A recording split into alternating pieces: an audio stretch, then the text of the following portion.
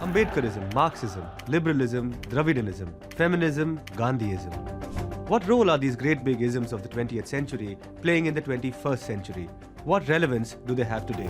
Have a tree. I'm an atheist in the same way as I'm an leprechaun. Why have there been casteism existing in the country still today? Feminism, by definition, is the belief that men and women should have equal So the rights. nature of the system is to be as mean and rotten as you can, to try to maximize profit. I'm Sudipto Mondal, and welcome to this episode of What's Your Ism?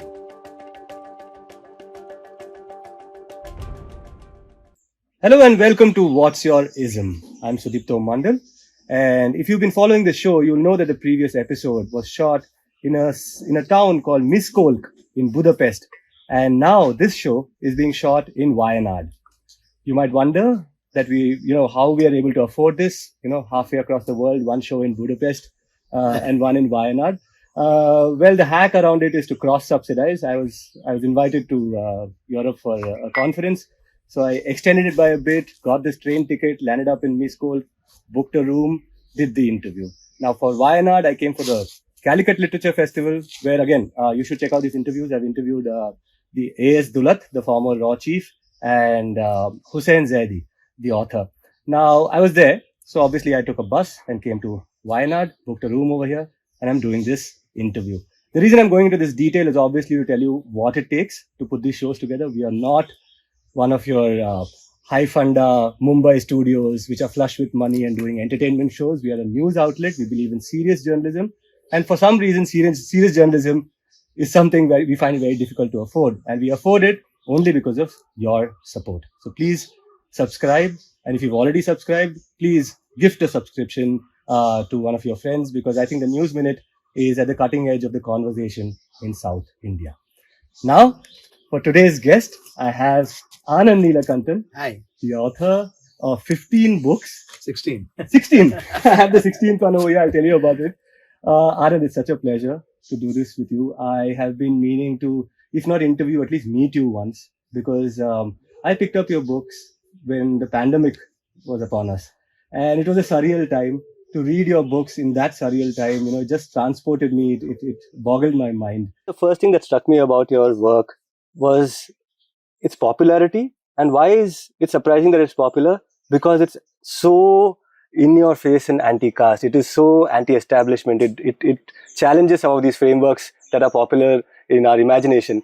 And why did something like this get popular is something I was always intrigued by. I think actually when we look at last 1,300 years history of India, it has always been a lot of saints, a lot of people who reinterpreted, who wrote about or Puranas, they were all anti-caste warriors. Even many Ramayanas which got translated, it was a rebellion. Because Ramayana initially was supposed to be only rendered in Sanskrit, and the very act of translating Ramayana or Mahabharata to the language of the people had created a lot of huge backlash against them. And most of these rishis or the saints, the poets, they fought against this. So this is a moment, It's like the for English example, Bible. much more than that. For example, when the Malayalam Ramayana was written, the legend is that he translated it first. First, he was denied the education, Edutachan. So he was not from the prominent caste. So he was. You're talking about Valmiki here. I'm talking about the Malayalam Edutachan. Okay. The Tunjata Ramarajan Edutachan, who had first written the Ramayana in Malayalam. Actually, before that, one Kanasya Panikir's Ramayana is there, but the more popular one. So the legend goes like this. He was denied the education. So from Kerala, he had traveled to Tamil Nadu, where the Brahmins there were ready to teach a Shudra the Sanskrit and other languages, and he learned it. And then when he came back and he started translating, the local nobles had conspired against him. It was a time when the Portuguese had landed, so very, a period of great strife and all.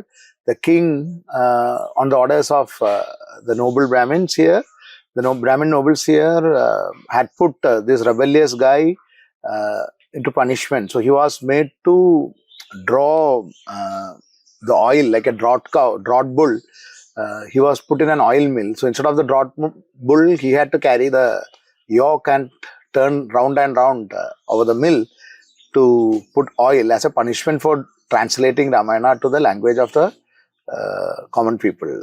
Wow. And for 12 years he did that, and while doing that he used to narrate or sing the poetry, and a parrot, Kili or Tatta or the parrot, that used to hear it, his pet parrot, it used to by heart and it used to go out from the prison and sing it, and his disciples and his daughter used to write it down, and they secretly spread this across that time's Kerala, 15th, 16th century Kerala, to spread it so that the education, so he is considered as the father of Malayalam language, the education spread through Ramayana itself. So this was used as a tool of, by both sides. To fight caste also, Ramayana was used a lot, and Mahabharata was used a lot by various saints of that era. So right from starting from Basava's rebellion, the great rebellion of Basava in Karnataka, he was so far ahead of time, including his Anubhava Mandapas, where all castes came together, eating together. This happened almost 1200 years ago, 1000 years ago. Same thing you can find through Kabir, Ramdas, a lot of saints from various geography, various castes had written, used Puranas for the same purpose. Maybe perhaps I am continuing the same tradition. And they all of them were very popular, much more popular than the Sanskrit versions perhaps. Right, and perhaps I should stand corrected here in that case, because when I said popular, in my imagination was all that stuff that we picked up in the 90s, where all of this, these serials started coming on television, and a certain version, and of course, I think to a certain extent, politics rode on the back of that narrative and things like that. But we'll get to that. It's not a new phenomenon. So that's what I said. Ramayana or Mahabharata or the Puranas were not just the tools of spirituality. It was also a political tool which was used by all sides. So the casteism was imposed using the same text, and the casteism was fought using the same text. So we have a huge tradition which we always miss, both sides miss, that most of the saints we celebrate, whether it is Tyagaraja or whether it is Srinarayana Guru or whether it is Sant Ravidas or Kabir or Tulasidas, there could be controversial things which we may not agree now after 500 years, 600 years. But generally all of them were rebels of that era, and all of them used this to create a narrative against the popular narrative and succeeded.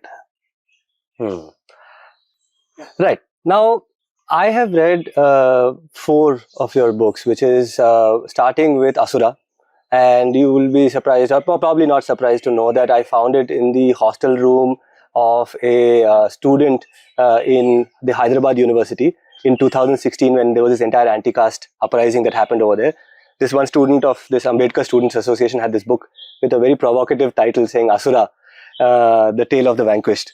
And immediately I picked it up from there. I couldn't put down your work, and then I traveled into Kali Yuga, and then you had Ajaya and the Vanara. So this is my reading of whatever I've read of your work, and it makes me wonder where your inspiration, not inspiration in terms of, obviously these stories are all out there, but how did you get initiated in this direction? Because when you talk about your upbringing, in Kerala, there is a family, there are these temples, there are these stories circulating everywhere. But to my mind, that is not necessarily a place where such radical anti-caste discourse is propagated. I mean, I could be wrong here, but where did you, and you say that all you say is that you're a very questioning, argumentative young person as a child. So perhaps that led you to this. How did you start getting? Actually, it is again, if you see, when we talk about the anti-caste movement, I'm not talking about what happened in the last 100 years or 50 years. You take the case of Basava. Basava comes from the same kind of background. Yeah, sure. You take many of the saints, whether it is Ramanuja or even Shankara, Adi Shankara has been interpreted either way. But they also come from the religious background. He also was a rebellion, if you really see. And the stories which associated with him, whenever he forgot what he was teaching, whether it is true or not is a separate thing, no? But how the story's narrative takes place is what is more important. When he forgets, he propagated this called Advaita, where there is no Veda Bhava, there is no difference between anything or anyone. Forget about humans, there is no difference between anything in the universe. You are a part of the universe. No, Advaita comes there. But while he was walking, he still had this feeling that he is from a big Brahmin family. It's a narrative. And his disciples started chasing away whoever is coming in front of him. Then one Chandala comes, the so-called low caste of that era. The Chandala comes and these disciples say, the great Guru is coming, move away. Then the Chandala asks him, who should move, the body of Chandala or the Brahman of Chandala?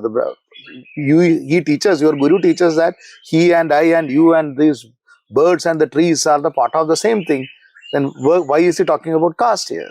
Why is he showing this caste? When the disciples go and tell Adi Shankara, who is being carried in a palanquin, he gets shocked because he gets reminded of whatever he has been teaching and the hypocrisy of what he was following. He jumps out of the palanquin, runs and falls on the feet of this Chandala saying, and thanks him for reminding it. This is a story which is played in many temples. People come and watch it and look at it as a ritual and go away. But if you go to, it's again a temple of, a non-Brahminical temple, but one of the most famous temples in Kerala, the Parasnikadavu Muttappan temple. There, this is played every day to remind the people what it is. So, even for Shankara, this has been reminded again and again. So, in India, what has happened, the conservatism, the caste oppression, it was never taken lying down. And the people who fought against it cut across caste and gender, actually. It was never as a movement of everybody, like it was never a black and white thing. It cut across all the caste and movement. So many people who effectively fought. How effective?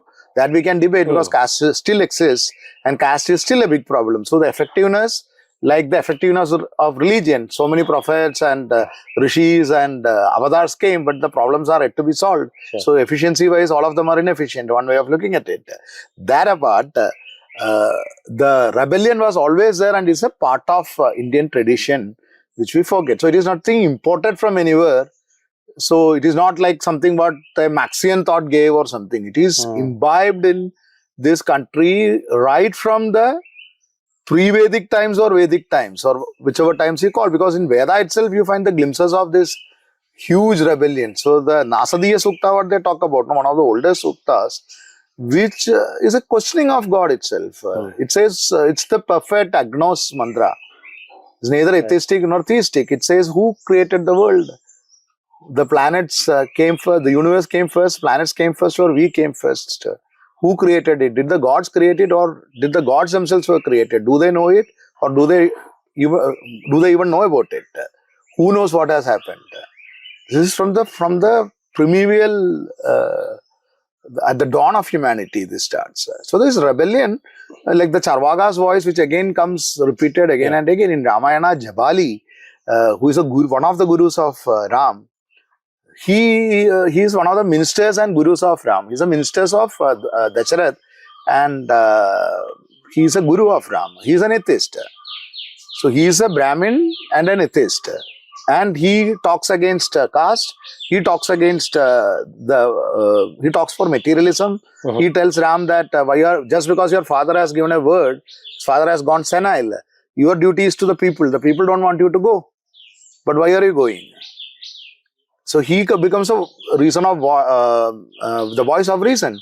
While in Valmiki Ramayana, Ram becomes angry to him and says that people like you should be banished and all those things are there. But later, ultimately, the Ramayana ends up with Ram following the dictates of the people. After that, what he did, again, it is a debate. But the rebellion goes right from that strain is there in every part. It is up to us to pick up what is required for us, and if there is some problem, to fight it using the same tools. It is up to us to pick it up. I'll pick it up from there. Now, if it is up to us to pick it up, the question obviously begs, which is, what's your ism? You know, the show is called What's Your Ism? So my thing is, where's your politics? And the reason I think, yeah, please. Yeah, no, sorry. Yeah, no. So what I'll do is I'll try and read out an excerpt Yeah. And then we'll get into this question of ism, because like you said, all this material is out there, like it's grains of sand that you really need to pick, and you can build a narrative. And people have done that in the last 150, 200 years quite effectively. The Phule, school of thought, the Ambedkarite school of thought, and post-independence you have Kancha Elaya, you have Ramdayal Munda, all these people who talk about the Mahabharata of the Bhils. So there is all of this narrative, but then it took a certain kind of person to pick out the right kind of narrative. And I suppose when I read this excerpt from Asura, it will make more sense to people who are watching. So here, the scene is that Ravana is on this campaign to reclaim what was lost, Asura land. And he is very successful in the campaign, and finally he reaches Ayodhya. And this is an excerpt where he describes Ayodhya, and this is of course your writing. It says, by the time we reached the petty kingdom of Ayodhya, on the banks of the river Sarayu, the monsoon ended. The river swirled back with rage. At a distance, we could see a few hutments and rundown buildings with a torn flag flying. It had the emblem of the rising sun. But going by the condition, it would have been more appropriate to call it the city of the setting sun. Ravana sent a messenger to, and this is very important, Ravana sent a messenger to Ananya, the king of Ayodhya, asking him to surrender. But 6 days passed, and there was still no reply. Impatient, Ravana ordered us to cross the river and attack the city. But what a shock awaited us when we entered the city. Of all the places I had seen, this was surely the worst. The streets were filthy, and urchins ran around naked. Flies buzzed around the rotting carcasses of street dogs. Pigs fed on refuse.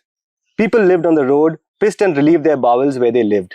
The streets were narrow and winding. It was a dust bowl. Had it not been on our way, it would not have been worth entering this hellhole, this hole. There was nothing here to plunder. There was no defending army to greet us. Instead, a swarm of beggars with outstretched arms rushed out to meet us. We were confused and dug through our pockets for some change. Our army marched through the narrow streets with urchins cheering, us semi-naked women staring. When we reached the palace gates, there were only 2 old guards. The gate was made of rotting wood. The guard carefully, Anyway, this is a description of Ayodhya in your book, and this is Anaranya's time. This is far ahead. And I dare say that people who visited it recently will not find too much different, and that is why I think it is provocative, because of how closely it is meshed with our realities today. All of these things that you speak about, you talk about the Cape, the peninsular part of India, and you talk about its richness, its beauty, its culture, and the fact that it is because of the Asura people, that this entire intellectual tradition exists in the peninsula, and as opposed to the Deva land, which is you say at one point, horse riding savages. Horse riding savages is how they're described in your book. Now, therefore, I ask you, there are these very strong lines over here, which resonates a lot with Ambedkarites, with anti-caste movements of the present period. People who are, let's even say, challenging some of the communal narratives that are being pushed from the north and things like that. So that's why I want to know, where's your politics coming from? You're clearly not a Marxist, but what are you? I mean, where does it come from? My politics comes from the age-old rebellious tradition of India. That's what it is. It is the same tradition of Charvaga, who asks if by sacrificing the sacrificial animals reach the heaven, why don't you sacrifice your parents? And this is like 3,000, 4,000 year old sloka. Right. Where Charvaga calls one of the rishis himself, he calls the others who are chattering the mantras around a sacrificial altar at fire as frogs crocking in the rain. So it comes from the same rebellious tradition. So I need not import Marxism, because Marxism failed to understand India. Marxism failed to understand the reality of India and the depth of the civilization. All said and done, this is a very deep civilization, and it is not just, it doesn't belong to one community or the other. It is a composite, complex, contradictory, rich and rotten civilization all at the same time. That cannot be very simplistically made it as us versus them, poor versus rich, white race versus black race, Brahmin versus others.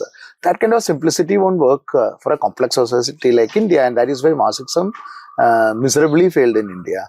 It failed to recognize the great rebellious tradition starting right from pre-Vedic times, which always existed.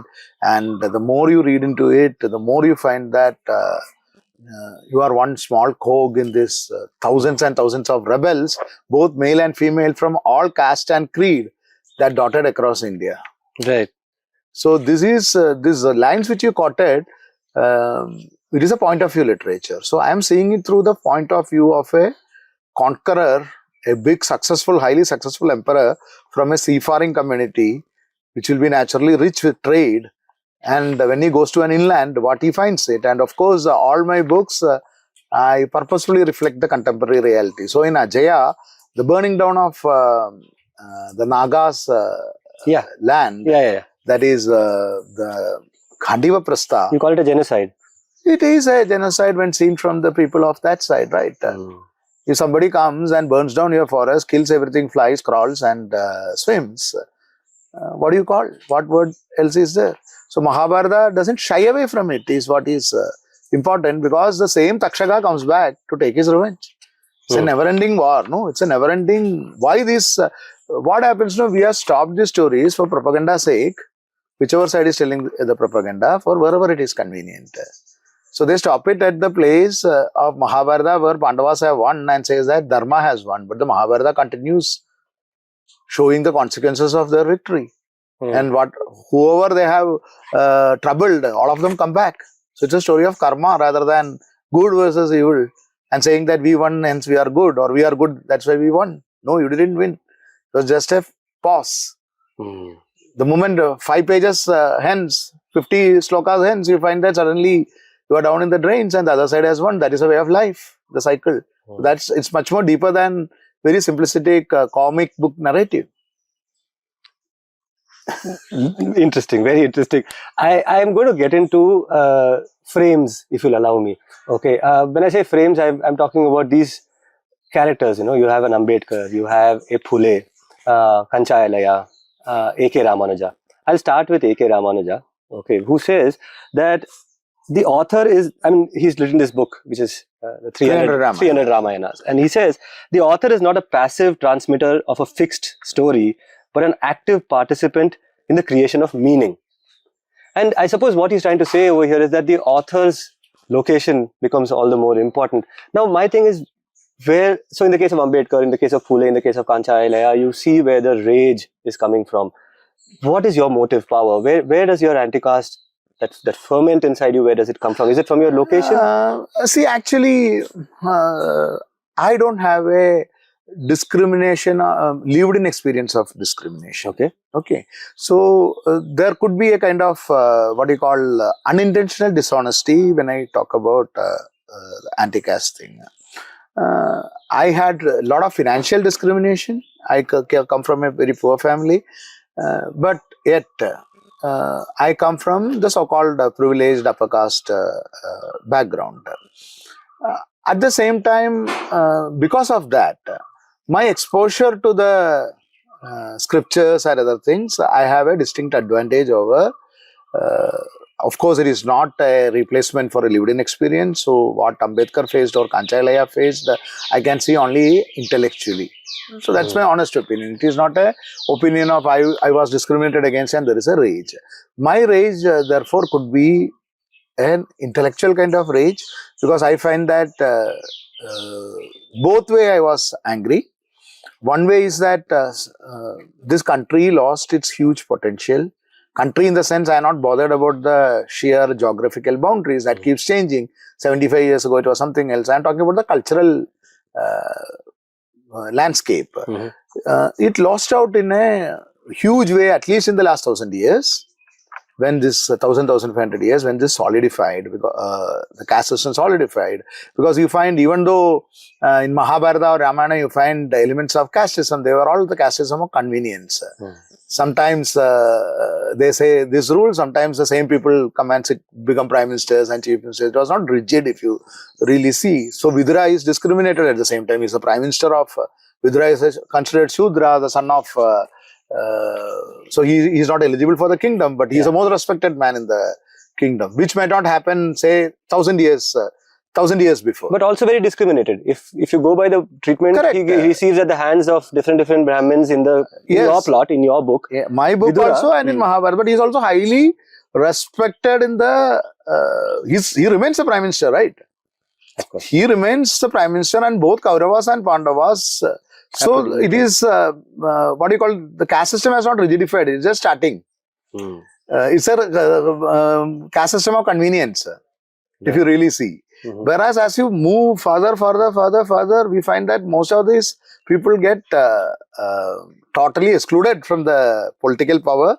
It's not just mere, so Vidura's discrimination might be perhaps a very able Dalit sitting in a high position. It's a hushed discrimination behind, or some power play discrimination, but that he holds his position and he can impose his position wherever possible. Or many ministers among ministers and other people up to, say, at the end of Gupta period or at the middle of Gupta period.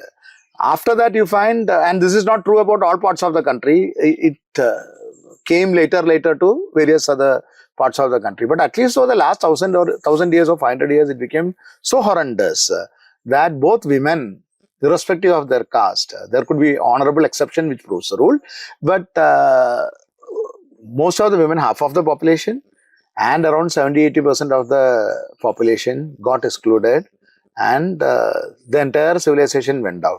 That is the one biggest reason, because what was the advantage India had? It has the greatest fertile land in the world even now.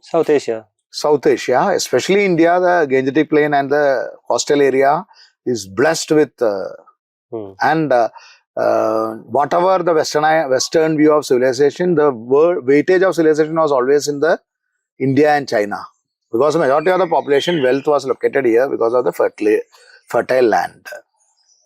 This we started out, because of this advantage, we started out with a huge advantage over many other civilizations. In mathematics, in medicine, in astrology, astronomy, in arts and art forms. Then it stagnated because this exclusion started. The rebellion also started with that, but they were never successful. Different people tried different ways, but they were never successful. So we lost out on the huge potential, and here we are, even now, 70-80% of our population still are at a disadvantage because of this horrendous caste system. So the rage comes in that intellectual level. And I found that most of the Puranas were used as a tool in this medieval era to strengthen the caste system. And the rebels who fought it also used the same thing, but they were not effective enough. But they were able to mold and change a lot of societies, like how Basava did, how Srinarayana Guru did. He didn't go, when Narayana Guru was alive, already the Marxian thoughts had come, but he never went with that. He went with the same, using the same conventional method, using the same things. He rebelled and he uplifted an entire community. Almost 30% of the Kerala's population got uplifted because of his activity. So that played a huge effective part. So they were playing the fire with fire. Most of these cutting across the caste and religion, who are the rebels. So my thing comes from I believe it comes from the same tradition. So it might not have the intensity of the lived in experience of, say, and I'm not comparing with them, they're all great souls, Ambedkar or any of these, Mahatma Phule or any of these great souls who created such a great difference. They are all social reformers, I'm merely an author. But for me, the advantage is perhaps I am more exposed as an insider how these tools were used and to inverse it the same way. Okay. Now, I consider you a bit of a historian, although you claim yourself that none of what you're talking about, what you've written, this whole universe of literature and discourse is metaphor, not history.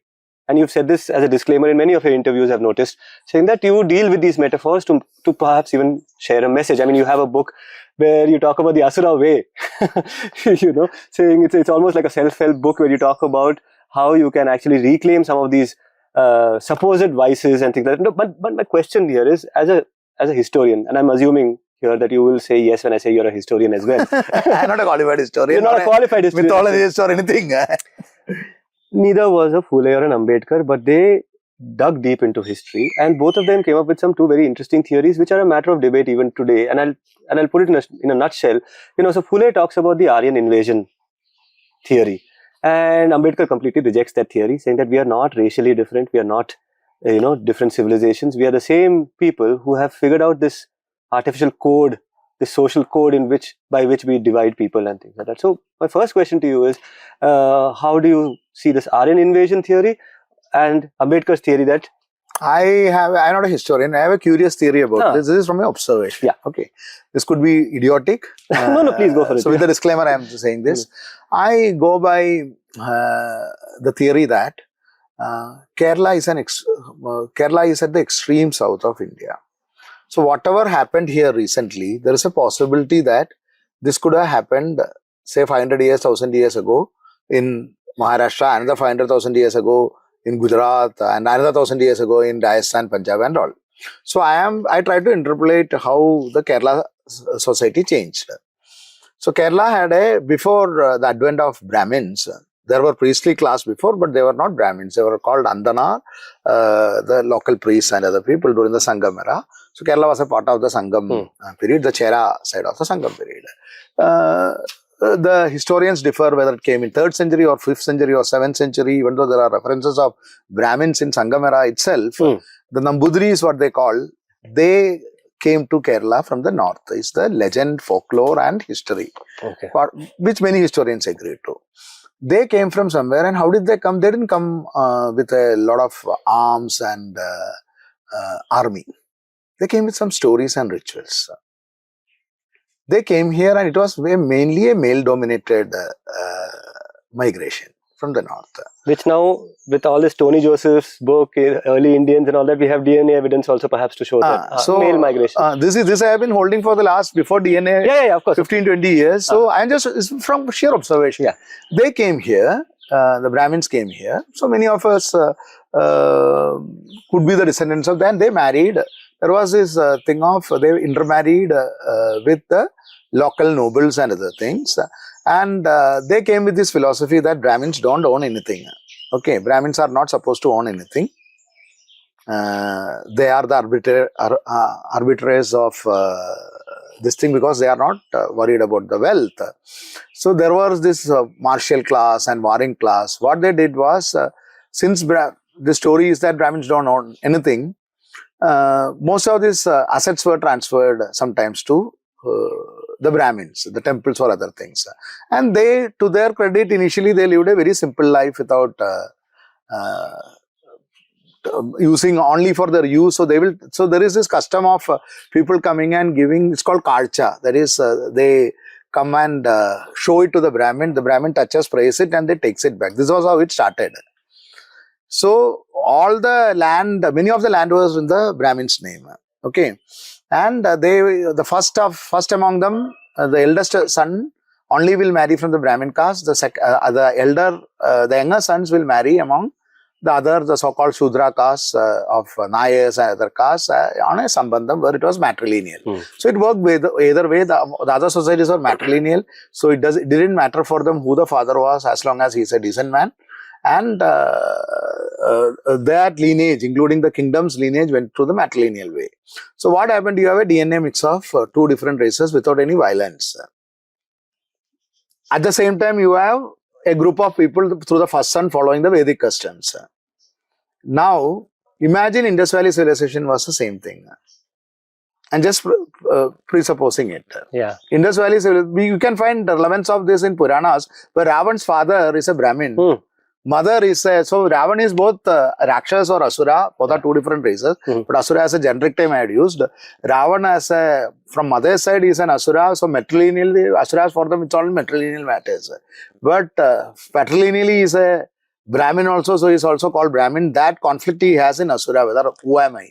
Yeah. Yeah. What is my identity? Can I read that section? Yeah. Okay, let's read this section. And it's a bit of a segue. I was getting into something else, but since you brought this up, this parentage of Ravana, would you want to read it? I will just complete this, then we can read it. Ah. So, my imagination is that Indus Valley civilization would have been like perhaps like the Kerala society before the Aryan immigration theory.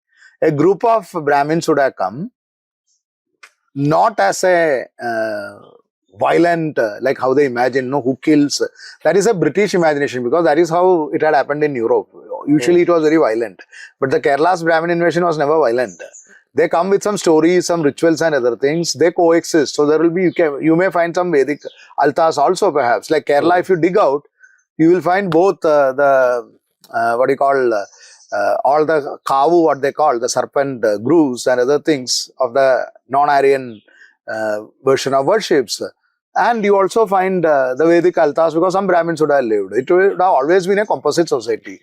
DNA analysis, what my problem with Tony Joseph's thing is that, imagine tomorrow Cochin goes under the sea. And after 5,000 years, you find some graves. You find some Jewish graves. And you conclude that all of them were Jews. Because they only had graves, no? The 60% Hindus are cremated. You don't find any bones of them. I'm talking common sense. Yeah. So you find a grave and immediately you jump to the conclusion that DNA proves they are also, Cochin goes down, DNA will prove all the Cochinites were Jews. And they were like a micro minority. Right. Same thing will happen with the Raggari thing. No, whenever you take a DNA from a grave, you have to understand that in India, always cremation, partial burial, full burial, all kinds coexisted right from the Sangamira, right from the Vedic age. So just like the Western way, I got a grave and everybody will be buried. So that is the way. It is not going to work. Same problem is going to happen with the deciphering of Indus Valley thing. Why? Because imagine, it's just a flight of imagination. You get a boat from a railway station here. You don't know, all the languages are died. Hindi has died, Malayalam has died, Tamil has died, Kannada has died. Say it's in the Palghat border, you have 4 Tamil, Malayalam, Hindi and English. And you finally decipher Hindi and conclude that all the people in Kerala were talking in Hindi. Now what has happened, the Indus Valley scripts, you don't know whether they are the script and whether it is, unlike Mesopotamia and other things, it's not a panchayat level civilization. Most of the other civilizations were very small. This is like almost from Afghanistan to Maharashtra. So it could have been like present day India, where different communities coexisted and there could have been 20 or 30 or 40 languages like present day India. So the signboards could be of any language. They could be from left to right, they could be from right to left, they could be from top to bottom, they could be from bottom to top. You don't know which way they were read. You don't know which language, which part, whether it is the same language. So even deciphering is not going to solve the problem, because India is a huge fertile land. There could be multi-ethnic communities right from those beginnings. Even in Puranas, you find these could be tribes, Yakshas, Kinnaras, Gandharvas. These all could be different tribes and people, which coexisted, each having their own language. And if that is where I have a problem with the Tony Joseph's, where he first draws a line and then brings a cattle and ties it there. You can't, maybe that is a right line. I am not denying that. But my problem with that is this, that just by graveyard, now Varanasi is a Hindu city technically, but there are Muslim graveyards there. In Varanasi, every day thousands of cremation happens. Tomorrow Varanasi sings 4,000 years ago, they find the Muslim graveyard and conclude it's a Muslim city. It becomes so idiotic, right? That way of DNA conclusion and suddenly jumping and crying from the roof, I have solved it. No, you have not solved it. You just found one Jewish cemetery perhaps in Cochin, instead of the entire Cochin. Great point. And I suppose the only thing I can say in response is that, science deals with what is available. So does history, and history is a scientific, study. Now, there is enough in not just in history, but also in your own books and literature to show that there has been a conflict. Conflicts would have been there. War, bloody conflicts, genocides, and all of that. Definitely. And when you talk about colonization particularly, Suddenly when you said that, I was reminded of this quote by Desmond Tutu, who talks about Africa's colonization. He said the colonizer came with a Bible in one hand and a sword in the other. Now, when you talk about this very clever chicanery of coming to the south, intermarrying, and still finding a way to propagate your ideology, and all of that, there's a combination of a sword and a divine text or a certain. There is more of storytelling than sword. Then to place the order, sword would have been there. Once the power would have come. Now, because obviously you can't control so many people's minds with the sword. Correct. Because great storytelling. The feature of caste is the servitude which is willing. Not just that. One important point, many Dalit activists, as an outsider I am saying, they may get angry with me. I don't mince words. What they fail to understand or what they refuse to acknowledge is that it is not like the racism of the West. Of course. Why? Because racism is white versus non-white. Here, every caste versus other caste. So, once I had one of the famous, since I have not taken his permission, I am not quoting, one of the famous Tamil director had a conversation with, so we were discussing about films. So, we were discussing about the Periyar movement and others. So, this guy is a Dalit, very pro-Dalit guy. And he opened my eyes in one of this. He got angry. He said, those are all bullshit films and bullshit propaganda. Why? Because those were actually only a rebellion of the middle caste against the Brahmins. And it has got nothing to do with it. So he is telling none of these people have faced a kind of the people who were fighting the anti-caste movement had never faced the caste discrimination which I faced, which of course I never faced. So he is telling we never had a problem with the Brahmin because we never saw even a Brahmin. So how will you have a problem with the Brahmin? That's such an important point. He is telling my oppressor was my immediate Dalit caste, whose oppressor is his immediate Dalit caste, whose oppressor is his immediate backward caste, whose oppressor. So there is a big hierarchical thing. So he is telling in his village, if at all some Brahmin comes, all these people who are taken as anti-Brahmin films, they are just showing their experience as Dalit experience.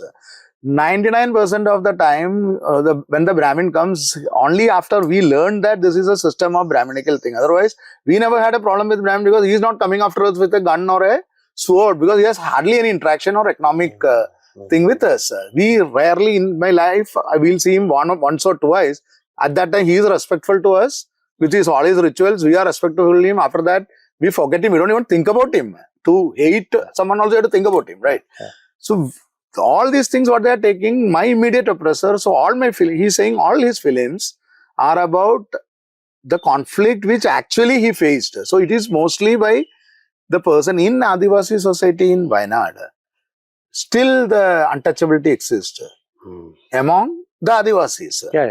Not some Brahmin is coming and saying you are untouchable. The Todas, for example, of Nilgiris. So the caste here, why many of the anti-caste movement failed is because they tried to put the Marxian dichotomy of poor versus, they equated all these things. Second thing is economics and caste has only an indirect relationship because many of the castes are, so when you talk about haves and have-nots, it doesn't reflect the reality exactly. Majority of the poor are Dalit.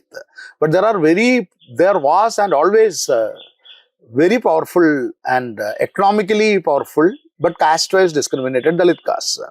So in Kerala, for example, there were the tribes who earned acres of land, scheduled tribes.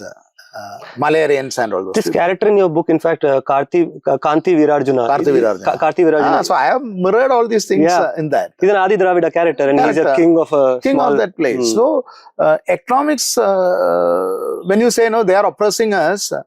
What is oppression? To tell that also it becomes difficulty when you just theorize it. So that is why many of the movements didn't find resonance with many people, and again the storytelling can assert itself because the other has nothing. Storytelling makes sense. These theories don't make sense as a lived in reality. Because when you give me a lived in reality to a Adivasi saying that Brahmin is your enemy, he doesn't know whether it's he might not have even seen him. I'm not talking about what is happening in a university and all. I'm talking from the ground level where I have seen it. Of course, as a what you call theoretical thing, this could be true because the storytelling originated from there, and the Brahminical tradition had started the oppression. But for the lived in reality, it doesn't come. I know this will receive a lot of flack. It won't actually, because let me now in that case, correct some of these misconceptions about, say, the Dalit movement or the anti-caste movement. I suppose with the coming of Ambedkar, so much of scholarship, was available already. Where Ambedkar got Where Ambedkar, of course, there's a lot of research that he has done, and he's gone into the Vedas, he's gone into the scriptures. All I'm saying is that this particular thing, which you said that, they think of it as race. It's a slightly superficial understanding, but what I've gathered from a lot of Ambedkarite movements is that they don't see it as a parallel or anything like that. They see the same thing which Ambedkar did, which is that this is one society which is divided not by blood, but by ideology. By ideology. But by ideology. The other thing that you said, and again, this is the Periyarist movement went wrong. There. Exactly. To give it a racist, perhaps. A racist connotation, saying that this is a battle of races. So what happened? The middle, the already prominent castes, like Periyarist movement, if you really think, the already prominent castes in that area who already owned acres of land, who are much more financially powerful, though perhaps not politically and society-wise powerful as Brahmins, they asserted themselves, but the oppression towards the people under them continued, and mostly they were the physical, not intellectual perhaps, but the physical perpetuators. This is what this gentleman told me. The people of these movements were actually the people who are oppressing us. Yeah. So, in the context of Kerala, okay, and this is something I was just discussing with some friends, so you have these land-owning intermediary communities. Wealthy, politically powerful, numerous, and you have these two minorities, which is a Brahmin on one end, and the untouchable, so-called untouchable at the other end, both of who are called in to perform spiritual labor, which is that you will call the Brahmin to your Krishna temple, you will call the Dalit to your Teyyam. Okay, and in that you find this one large middle, and in your books actually that's the other thing, so there is this anti-caste thing, but I love your books, but if you'll allow me to say this, I was a little disappointed that a lot of when you talk about the story of the vanquished, the story of the oppressed, and these are the frames in which your work has been interpreted, I find that a lot of these stories are focused on the intermediary communities, which is, in the case of the Ramayana, you have mostly these intermediate group. Asura, I have Bhadra from the Bhadra is there. Okay, in Ajaya and Kali, you have Jara is there, you have Ekalavya is there, all of that. But you get what I'm saying, right? The principal characters are these intermediary communities. And that leads me to this thing, which is again something I found which is so common between you and what Ambedkar says, So my takeaway from your book on the Mahabharata, the two-part books, which is Ajaya and Kali, was that there is no Shatria.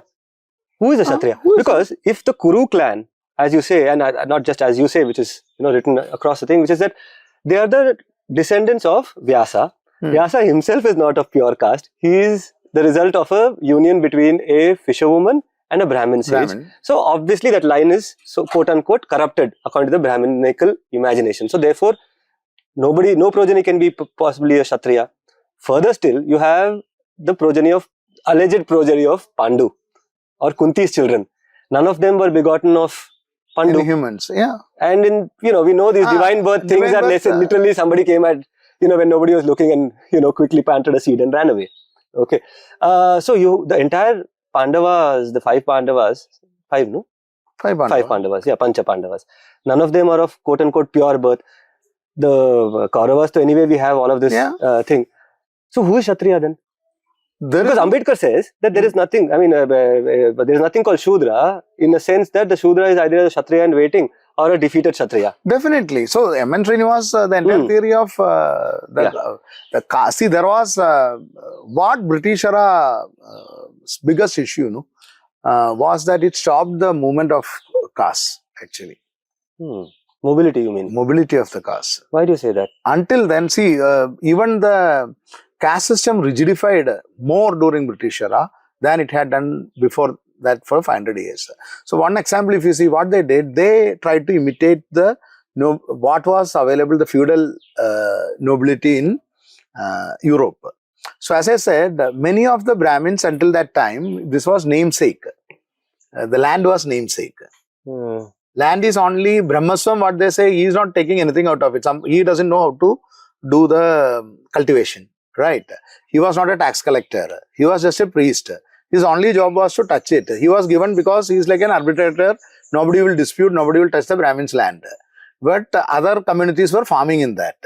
All communities were farming in that. So Kerala history and all, you say, when they came, they looked at the land records and made it like these are the landlords. Suddenly, you find that a lot of Brahmin landlords come who are not there until then. Suddenly, these people, all the land they got, and they were made as a tax collector. So, majority of the zamindars you find as Brahmins. How did Brahmin become a zamindar? He was never a fighter. He was never. So, from there onwards, now he has to extract money from all these people. So, from somebody who is just a priest touching it, maybe he is having all caste rituals and all, but he was living in his cocoon. Suddenly, he becomes like a feudal oppressor to collect the tax and give it to them. So caste system rigidified at this time. Before that, if you see, many of the royal dynasties, they are having a very lower origin. Now people will get offended. But if you read history, there is a system of Let's list them out. Hiranyagarbha. Yeah. We can list it out. But this all could be very controversial. Shivaji. We can start from Chandragupta Maurya. Sure. Chandragupta Maurya is from a society of shepherds. Who the Chanakya brings it up and makes him into a Kshatriya. So, the entire dynasty level you take historically, like Travancore kings, they have this celebration before becoming the king, a very great way of earning money, I would say. This ritual was there where these Brahmins conceived that a golden cow has to be made. He will enter through the mouth and come out through the vagina of the golden cow. So that it is, the cow has given birth to him and made him from a Shudra to a Kshatriya. So that is how he becomes a Kshatriya king. And this gold was divided and distributed among Brahmins. Good scam. But many communities rose in caste by bribing or by conducting this kind of rituals once they assumed the power. So this mobility of the caste stopped with the coming of British. And actually, British rigidified the caste system. So, until then, if you have money and power enough, any caste, irrespective of whichever community, so many examples you can take. They could be coming from tribals who rise to become the so-called Kshatriya, the second in hierarchy. Rarely, very, very rarely to Brahmins, but mostly up to Kshatriya level, because that is where the political power was there, fiefdom was there, and at that time, there will be exceptions, but if you are really a Brahmin, life was not easy. You can't have wealth, you can't have this thing, you can't have that.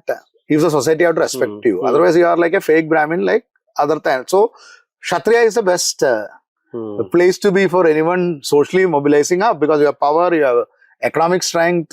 The Brahmin became so important only after the British rule were they quickly went to education because they didn't have enough land for cultivation. Bureaucracy emerged. So bureaucracy emerged, and they also were responsible for giving whatever was a nominal holding of land into permanent zamindari shape.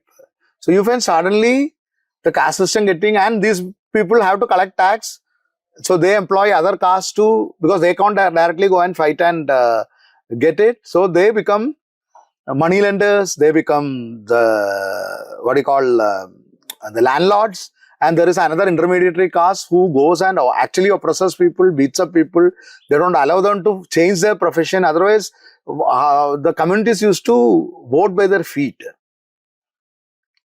When did the plight of the Dalit became so bad? Earlier, imagine an era 500 years ago. They will just run away. No? So many communities have run away. If a landlord become oppressive, what will that community do? Who are, say, basket weavers? The entire community will migrate, isn't it? So there was a limit. So there were a lot of guilds which were operating. Weavers, we find weavers migrating from one place to another throughout the history.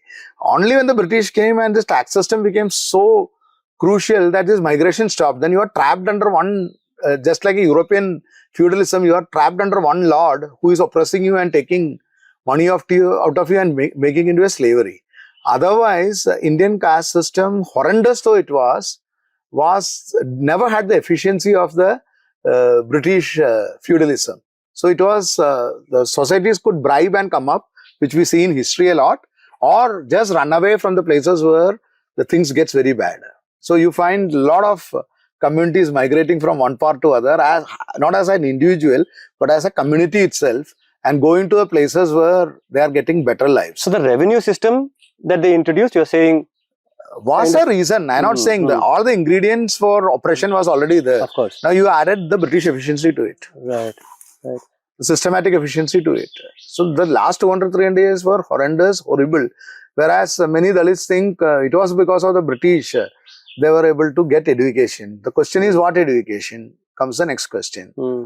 Because the education which the British provided, liberating though it was, and we are all thankful for what it happened.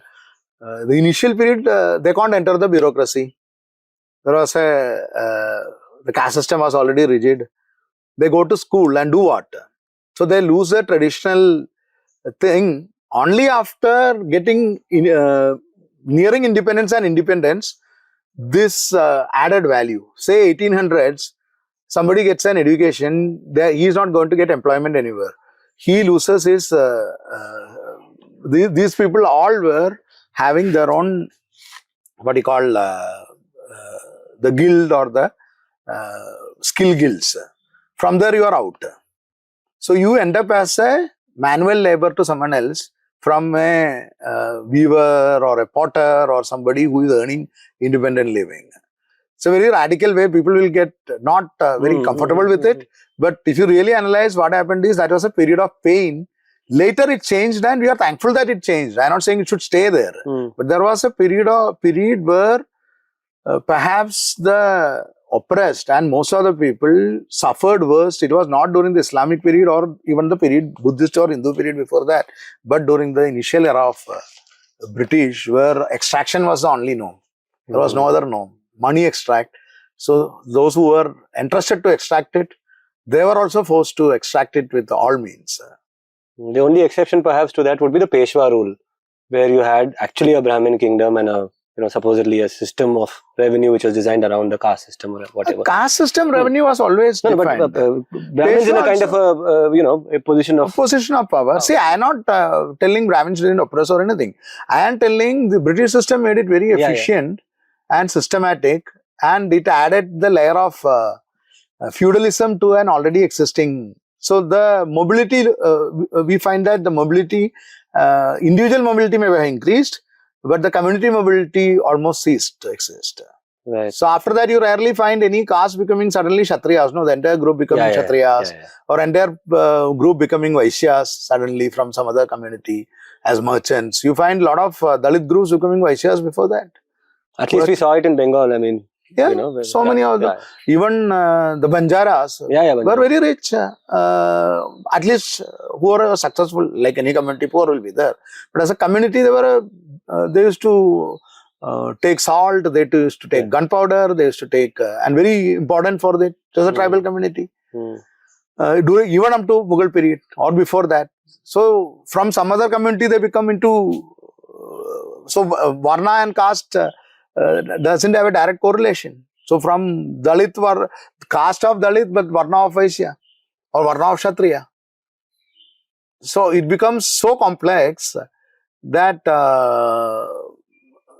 it is a beast to tackle. So that is why any definition, it becomes difficult. It is not negating whatever struggles people have faced or anything like that. I am saying there is a little bit more of complicated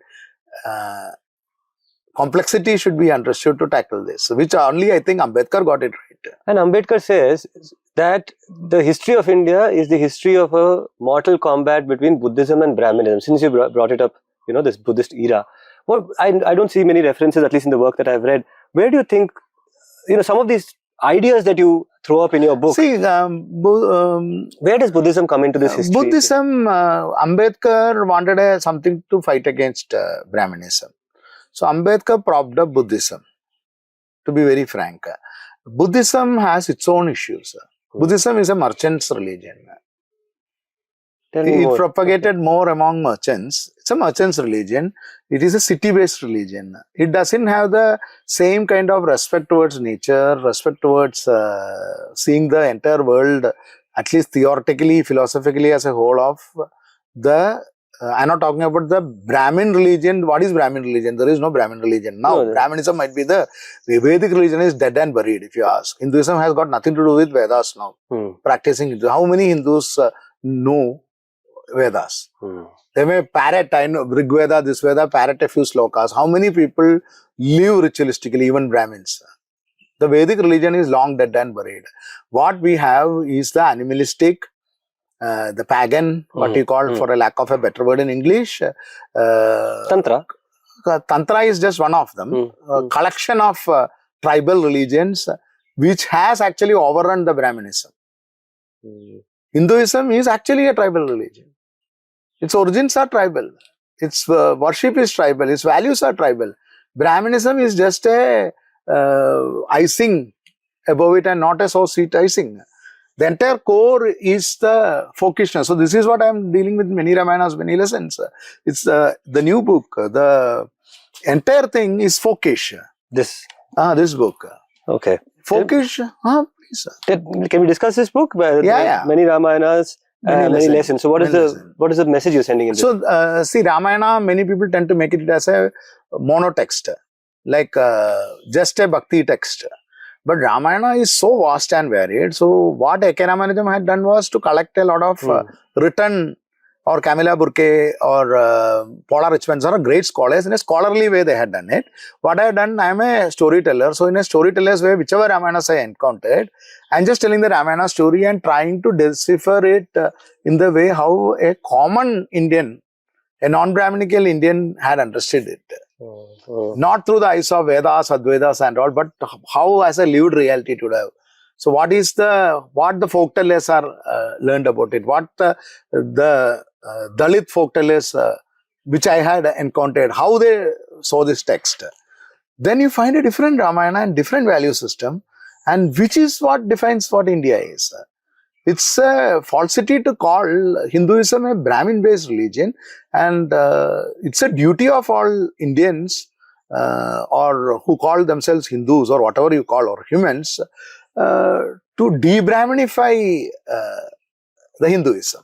And if you did that, a Kancha would say that is not Hinduism, and that's why he says, I am not a Hindu. Who? Kancha when he says I am not a Hindu, it doesn't matter. He says my local gods. One of the first, one stupid debate which comes, whether Sri Narayana Guru is a Hindu or not, because he said he is not. But he's all talking about Advaita. The fundamentals people are missing. The moment you decide that I am going to be a sannyasi, ritualistically itself, even if you go by the Brahminical rituals or other rituals, anyone can become a sannyasi. Only to become a temple priest, you had to be of particular caste. Some caste takes Brahmins as priests, some temples take some other caste as priests. That is a profession. Priest is a profession. It's not a... Priest is just like a weaver. Priest is just like a farmer or a soldier. It's just another profession. Spirituality is open for everyone. Sannyasi could come from anywhere. So Sant Ravidas can also be a sannyasi, was a charmer. Adi Shankara, who was a Brahmin, can be a sannyasi. There can be no difference between them. Right? First thing what you do is, you do the pinda. Atma pinda. You do your own ritual. From that moment, if you are somebody who is ritualistically wearing a sacred thread, you break it. That's the first ritual. It's not the Periyarist goes and forcefully cuts it. They are just cutting some professions. This thing is just a worker, spiritual coolie you can call, who is doing some job for some fee. A sannyasi has to break this thing if he is wearing it. If he is not wearing it, it's all right. He has no gender. He has no caste. He has no religion. That's the first principle. So you ask any sannyasi who has taken Diksha, he could be a Dalit, and his Purvasrama should not be asked. The society doesn't have the right, as per the rule. People will ask, idiots will ask, but as per the rule, and he has no obligation, he or she has no obligation to tell who is his father, what is his caste, what is his religion, where is he from, what is his language. Nothing matters. What is his nationality? Doesn't matter. So that is why many interviews you ask, Vivekananda said, I am not a Hindu. Definitely, if he is a sannyasi, he has to say he is not a Hindu. Otherwise, the other sannyasis won't accept him. If it is Narayana Guru, he also has to say that, I am not a Hindu. I am not a Christian, I am not a Buddhist, I am not an atheist. So, this is the spiritual tradition of India. It has got nothing to do with Brahminism. Brahminism is just a profession. Don't over-glorify it. He is just like a coconut climber. No more respect is required beyond that. If he knows his job, he knows his mantra, just like somebody who can climb coconut tree well, he is somebody who knows the mantras well. If you want it, you call him. There is nothing in Hinduism which requires a Brahmin. There is not a single ritual. It's only up to you. There are different ways of, now many of the communities here, many of my friends, Dalit friends, I tell them, why are you bringing Brahmins to your temple? Yeah. You always said you had thousands of years of tradition of worshipping same god perhaps, or different name you are calling, or Brahmins have appropriated god. How does it matter? This Kali, Kuli, whatever you call. Kuli also they call. I'm not taking it as a disrespectful word. Kali is there, Shasta is there. That temple, in Kali temple, they are cutting the rooster, they are giving what you call toddy as prasad. This is your tradition, follow it. No, why do you bring a Nambudiri priest here and turn it into a Brahminical temple and then cry that Brahmins are oppressing us? Who did the Brahmin come and ask you? You are going and inviting him and bringing him, right? You are Brahmanizing yourself. It is not that they are entering you forcefully. And this I take it as an example that more than forceful appropriation, it is you yourself who went and brought them. Because you think the storytelling narration has succeeded so well that you think your God will be pleased only if this is done. And what is the counter for this story? The counter for the story itself you find in Puranas, right? Kannappa story. Kannappa story, you know, no? No. So these are that's what I said, no, storytelling tradition fights back with all this age-old story, Okay. where Kannappa was a tribal. So he wants to worship Shiva. So a Brahmin is coming and worshipping Shiva with flowers and payasam and all those things, all sattvic, the so-called sattvic food, and worshipping Shiva. Kannappa comes and he doesn't have any of these things, so he's a hunter, so he gives meat and toddy and other things as offering. Next time when the Brahmin comes, he's shocked to see this. So he pushes it away. And then he sees, different versions are there, I am saying one of the versions, he sees blood coming from the Shivalinga's eyes. Both eyes. It sounds like Kanaka story. Huh? Kanaka and Krishna. Kanaka and Krishna. Yeah. So many variations you can find that with different gods. So Kannappa, what he does is, the Brahmin runs away because he doesn't know what to do. Blood is coming from the gods. So Kannappa comes and he finds that this eye is bleeding. So he, in his innocence, he takes out his own eye and puts it there, first eye. And then the other eye is bleeding. So he can't see it, no? So he keeps his leg on the other eye and takes the other eye and puts it there. This is like putting, in Brahminical tradition, it's like a first flash, then he's putting the leg on it. Yeah. So this becomes an issue. But then the different versions are there again. But then the god appears, Shiva appears and says, this is the greatest dedication and bhakti. And have I told you that only this is the ritualistic food? Whichever way you do it, it is only your intention that matters. And he gives back, it's a story. So he gives back the eyesight to Kannappa, and Kannappa is celebrated as the greatest bhakta than all the Brahminical thing. This is a kind of rebellious story. This kind of stories come again and again and again, emphasizing the plurality and the fundamentals of Hinduism. So in Buddhism, when it comes, Buddha is equally, at least not Buddha. Buddha is silent on women's this thing which Ambedkar conveniently forgets. Whereas you find more of this rebellious from the what you call the folk tradition of Hinduism, you find more place for women than in the conventional church-based Buddhism. There are so many, traditionally there are so many temples where women are the priests for thousands of years. And not just that, the entire Shaktaya tradition celebrates women. So, Shaktaya is a very folkish religion. Shatria is the ultimate folkish religion, the Stree who even celebrate menstruation. So whatever the Brahminical thing says as a taboo, it gets celebrated as a rebellion on the other side. And that is the more popular Hinduism if you really see. So when you go to a church-based Buddhism, which is not really different from a priest-based religion of Islam or Christianity or Judaism, the Abrahamic religion, you actually are losing your freedom. There is no need to bring the Brahmin to your own culture of the pagan or the folk Hinduism, which is the core, which 99% of the people follow. So, the question therefore comes as to what is the route to emancipation? And Emancipation, the route is first thing, you have to change with times, right? So naturally, none of these Puranas are going to help you, except as for understanding human nature, if you understand it properly. Other than that, first thing, materialistically you'll have to prosper. Spiritualism can flourish only at the basement of materialism. That's why I wrote the Asura way. All the Indian spiritualism started after India achieved some materialistic progress. If India has lost the materialistic progress, there is no meaning for any of this spiritualism. That's why Vivekananda also said, better to play football than sit and sing bhajans or meditate. Right? First, your materialistic progress has to come. There is no compromise on that. You cannot have a country or a group of people, whether you call it country or 10 countries or 100 countries, these are all irrelevant things. As a block of humanity, you can't have 30%, 40% as illiterates.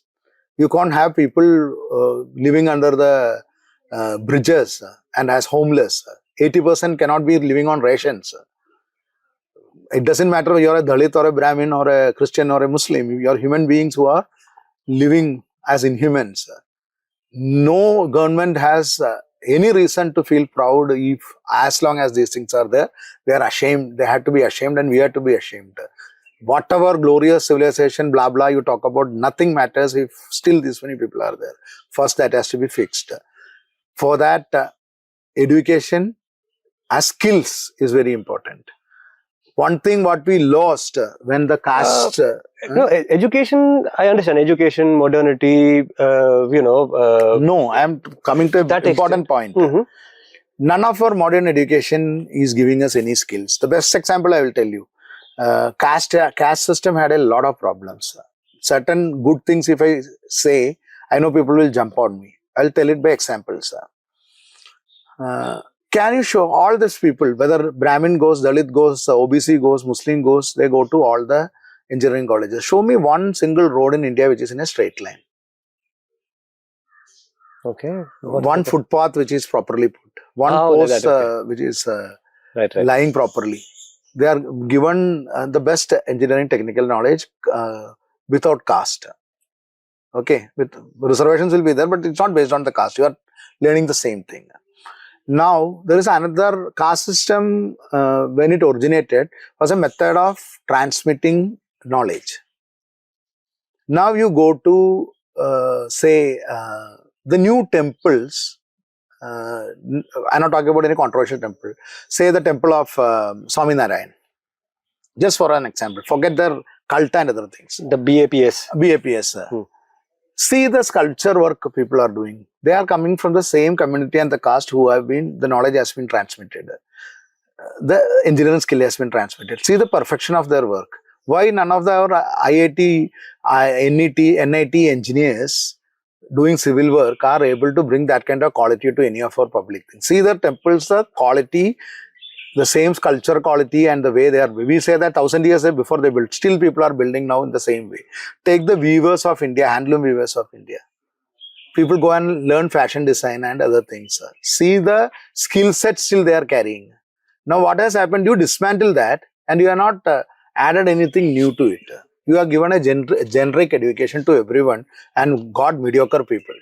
So I am not telling make the education caste system or anything, but the method in which the guilds had worked according to the skill. No, but that is not a college. That is not a system of education. It's a system of intergenerational slavery in which from the time the child is born, it learns to start using a hammer and a sickle, hammer and this thing to sculpt. Why do you call it slavery is the question? Because you can't break out of it. Because no, now you have all the... No, now you have. So when you talk about it in terms of look at the perfection of these temples, to my mind, in the case of the BAPS, you gave the example and it's a great example for me to pick on because the BAPS has been accused of in the US, their temples and things like that, they were caught for slavery because these communities who they were taking from India were put in some tin cans or what do you call those trailers. And that is the labor exploitation. No, labor exploitation is one thing. That you go to Gulf, you find hundreds of. That's what. There's a capitalist. There's a capitalist extraction, and then there is a spiritual extraction. There is a code of the Mudlali, and there is a code of the Nambudri. In the case of the Mudlali slavery comes from an economic, what a class-based this thing. So the Gulf example is a class-based example, but slavery is something more than to do with class. No, nevertheless, my question when I said what way to emancipation, spiritual emancipation. Now there are people, you say you don't have the lived experience and things like that, but people who have had the lived experience, have very seriously considered the question of rejection. Saying take that whole thing, throw it into the ocean, let's discover a new this thing. But then I notice another thing. So there's this emergence, particularly in South India, a lot of people are putting a lot of effort into it. They call it subaltern Hindutva. Okay. And Hindutva, of course, is a fascist. I mean, I don't know how you look at it, but it's basically one of those very divisive Nazi ideologies. Okay. Now, you have Sanghis going into the hinterland of Tamil Nadu saying, yes, please, they encourage their Shiva worship. They encourage their Mariamma worship. They encourage Ekalavya's narratives in central India. They've even started these schools for tribals in which they say, ye Hinduism nahi to ye Hinduism, ye nahi to wo to nahi to, that's the thing. And in doing so, what they're trying to do is to build a larger, and this is not a new project. This has been going on for some time, where they try to build a larger unity against the so-called other, the imagined other, in this case, largely, let's say, the Muslim. Okay, so now my question to you is, whether you look at the Hindutvaization or the saffronization of Theyyam, of Muttappan, of Mariamma, of, there are these, in Andhra, Telugu states, you have these different practices which are very subaltern, so to speak. And now supposedly there's something called subaltern Hindutva. What do you make of it, and how do you look at the concept of rejection as opposed to, let's look at the different strains? The problem with rejection is that you have nothing to fall upon. What do you fall upon? Humans need, why Ambedkar? Christianity, Islam, Buddhism, atheism, communism. Why none of this worked? Ambedkar tried to convert to Buddhism. How many people converted? Those who converted are doing very well. So then if Dalits find it is easier, let them do it. There is no stopping that. No, nobody is stopping them. So divisiveness, if you ask me, everyone plays this. It is about how, are you cutting like this or are you cutting like this? Whether you are cutting as caste-based division or you are cutting as religious-based division. I don't think one superior or inferior to other, both are vicious. I don't think the parties which play caste-based politics are anyway superior, or language-based politics are anyways having moral superiority over somebody playing a religious-based politics.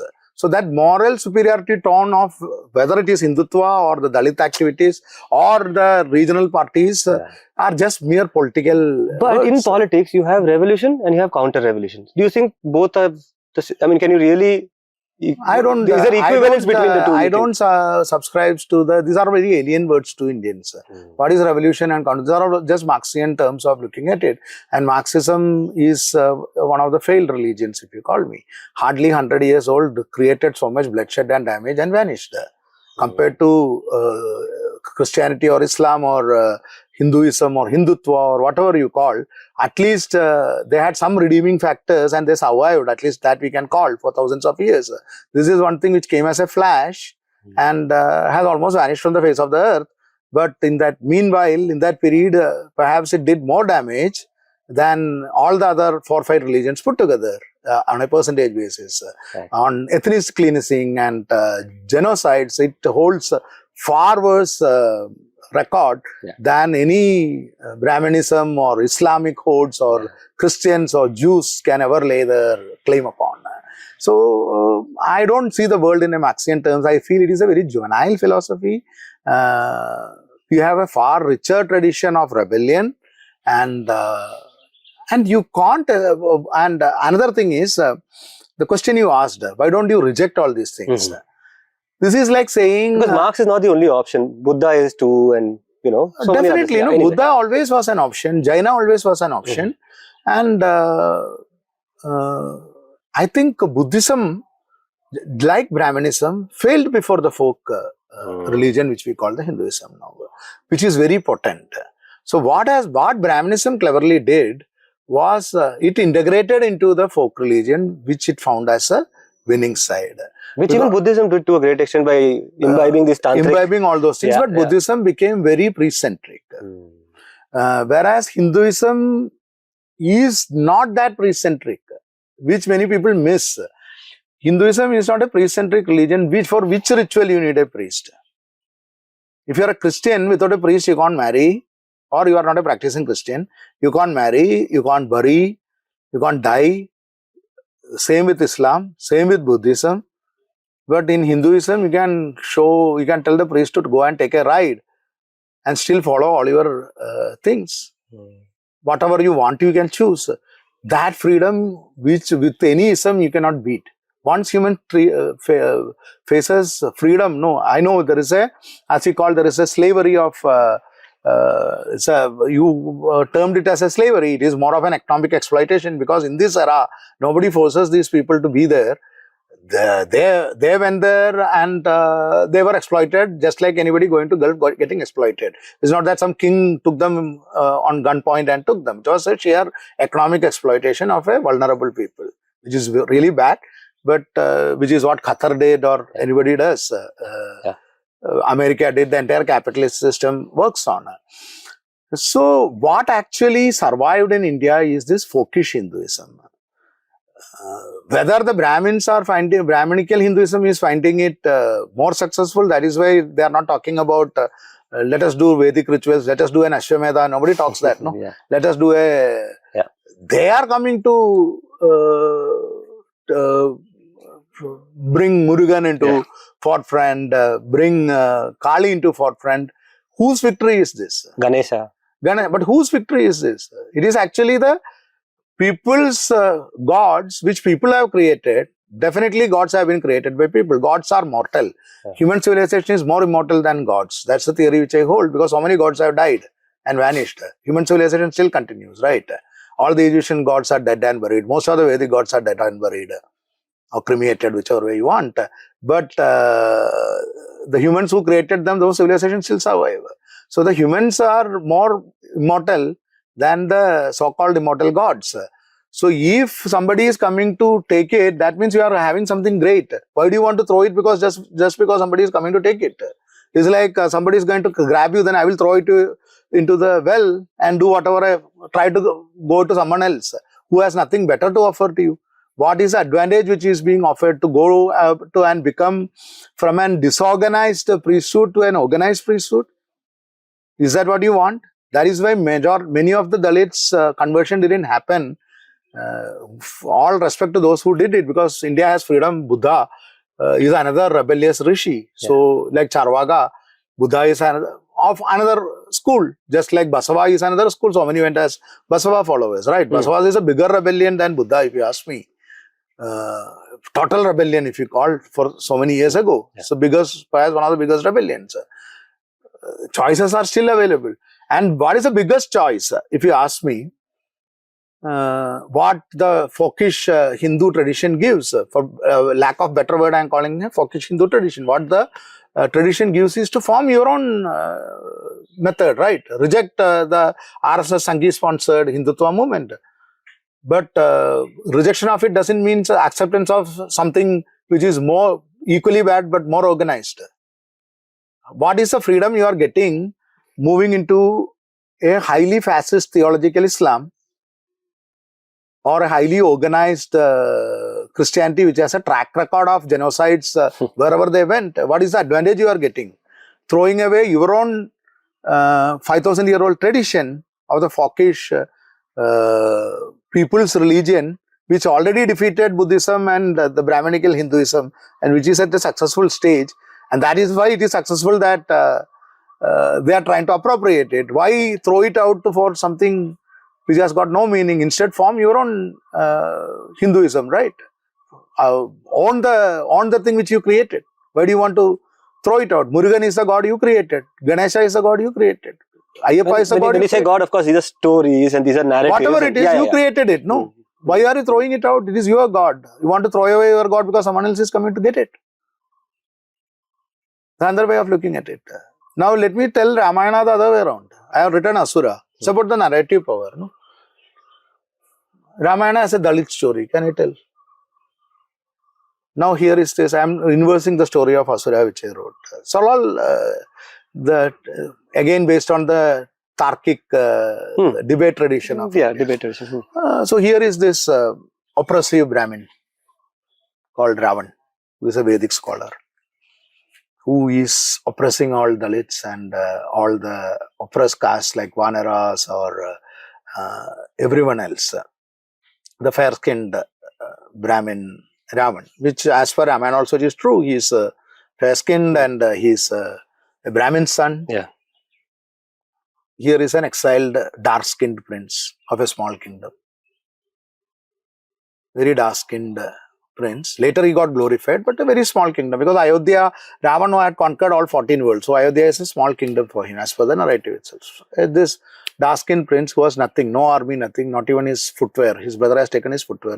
Without a footwear, just one bow and an arrow, the crudest of equipments, against a man who is having private fighter jet and private islands in modern Pushpak Viman and all that. Pushpak Viman and huge army, who is a Vedic scholar, who is well versed in Veda, who is supported by the great god Shiva, who can play Veena, blah blah blah, everything. An oppressive god who kidnaps women and all. Now this poor tribal man is coming, his wife is kidnapped. So he gets the Vanaras, the tribal people, Vanamaras, the people of forest, who is also oppressed by an ally of Ravana. Bali makes truce with Ravana, right? Ravana.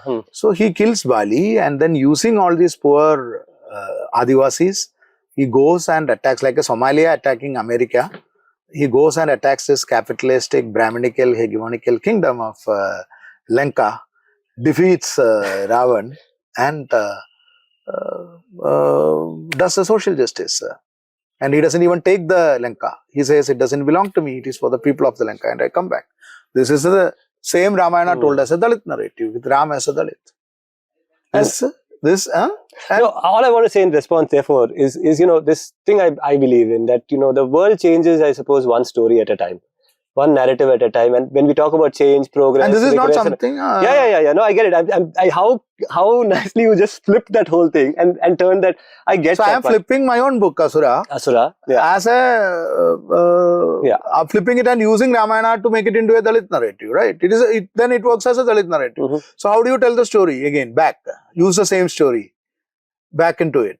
So this was not done just by me. There is a community of Ramnami. In Chhattisgarh. Yeah. They flipped the story like this. They removed everything which is offensive against the Dalits in Tulsidas Ramayana and added their own lines, and they flipped the story. And will it end oppression? No, it will not end oppression, but it gives you the narrative power. And narratives have the ability to change material realities.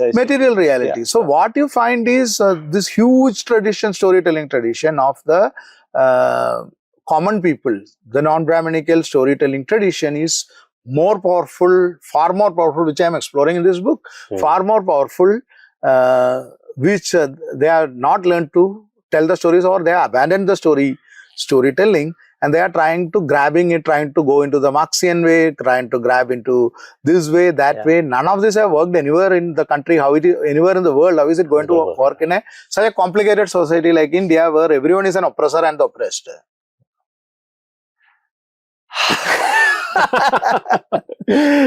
Thank you, Anand. Thank you. I just want to reiterate that part where I said that, this power of a story and the power of stories and narratives to change the world. And, it could be a wrong summarization of what you're saying. Correct me if I'm wrong, but essentially what you're saying is don't let go of the narrative.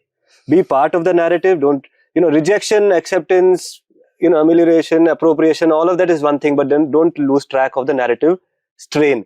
Don't lose track of the story. If you'll allow me, I'd like to conclude here. I do want to come back to these conversations maybe a year from now, because some of these rabbit holes you sent me into are going to send me back rushing to the library. I'm going to, I'm going to have to come back and take you on some of the points that you raised, if you'll allow me that opportunity. In 1 year, I also would have evolved, because I also keep reading, keep observing, and my opinions also change. And I have this traditional bad habit of keeping on thinking from all sides, which is what right from my childhood, if you follow the tradition, certain good things of the tradition, not the bad things. Good things of the Indian, you may say the Brahminical tradition is this could be a what you call madness also, to think, make you think from all sides and don't be rigid on it. This I'm telling in very traditional household, not the people who just fake as traditional and think this is traditional. If you are following the tradition to the T, the first thing they teach is that everything you learn could be false. Everything could be false. It is not. It is only the intellectually inferior, what you call spoon-fed places. They said that this is the word of God and you should not question it. The first thing in the traditional Indian system, when they teach you, believe me or not, is that everything you said, who knows? Everything you say is false, could be false. Explore it from all angles and arrive at your own truth. And it is a continuous quest until your, not even your death. It continues again and again. It's a unending quest of death. You can believe it or not believe. Even I am not sure whether to believe it or not, because I have not found out the answer. So, but it's an unending quest. And one more thing, if you really think, another stupid argument, before I conclude, the theory of Punarjanma, different lives. This can be flipped either way.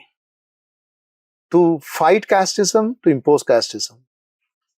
Which way you use them is what is important. So many rishis who have fought casteism have used it, flipped it and used it.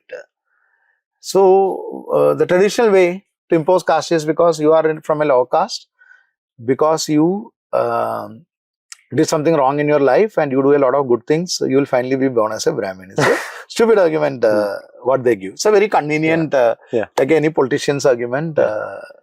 It's a very political argument. Just to Krishna thing, no, karam karo kind of. No, Krishna just said karam karo and you will get it. This is the interpretation which the people who wanted to impose casteism did. They said that I am having good wealth because I did some good thing in my previous life. You are a beggar because you did some bad thing. So nothing can change it. How convenient. How the rishis flipped it is because actually if you go into it, it's because every minute is a kind of, there is no question of gratitude in Indian religions. It's all of debt. These are all philosophies. There is no scientific basis for it. All could look stupid also. But this is just a thought exercise. So what they say is that the moment when you are giving dhan, if you are having money, you are supposed to keep on giving to people. But it is not to get you a place in heaven or anything. There is no concept of heaven if you really go into it. The concept is because you are having all this money and getting rid of it is your giving it back. Otherwise, the next time you are going to end up as on the receiving side. So get rid of it fast. So the receiver, he is not supposed to receive it with happiness, because every time he is receiving it, he is taking a debt from the other person. Right. So how they flipped the Punarjanma theory is that the lesser you take dhan, the better for you.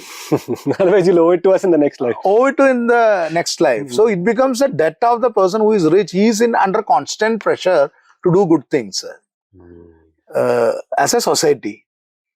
And the other one is under constant pressure to do his work and not to depend on anyone else.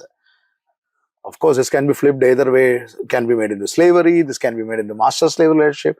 People who want to manipulate will manipulate anything. Only thing is that we should understand the power of narrative, and if you lose the power of narrative, try to throw it away. The person who is holding the power of narrative will rule you, which is true in every era. So if you don't you throw it away, what will happen is you leave it there. That is why the plight of Dalit Christians are actually worse than the actual Dalits. As per the latest survey, the Dalit Christians or the Dalit Muslims are worse off than the Hindu Dalits in all parameters. Why? A few of exceptions would have done good, but as a community as a whole in all survey, is because you have lost the freedom. You have gone into an organized priesthood. At the same time, you are still suffering all the disadvantages. This is what happened to people who rejected it. If you want to reject everything, which is a better way. Don't go, and that is where I differ with Ambedkar. He could have gone into a godless, religionless society. Perhaps, which would have been, but he thought that people are not, he was like that, but he thought people would not have been matured enough to do that. He underestimated the power of the people. It could have been a society which will form its own culture, its own religion. So, Guru Nanak's rebellion is that. Isn't it? He formed his own, but the problem with all these things is that by centuries, the same thing will happen. Priesthood will come. So Buddhism also saying, Buddha's rebellion is also, he rejected all the Vedas. He didn't accept all of them. He rejected everything of it and found his own movement. At least for the first 300, 400 years it worked. Then it became like any other religion. And led to, that reason for its decline is also that priestly...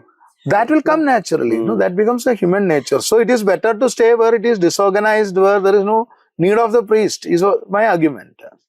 It doesn't matter. Ultimately, all religions will die. There is nothing eternal about Hinduism, Christianity, Islam. So many religions are come and gone. It doesn't matter. Hold to the humanity, which religion lives and which religion goes. And it doesn't matter to the nature whether humans are there or not. So how does it matter in the world? Bigger things. But whenever you are living, it is better to have freedom than to go and put it under whether Hindutva or under Sanghis or under Christian priests or under Muslim priests or under party Maos or party leaders. Keep your independence alive. Wow. Okay, thank you, Anand. We'll you. leave it here. Yeah. And if you can sign this book for definitely. me. And when I come to you next year, I would have definitely read this one. I don't know what it is.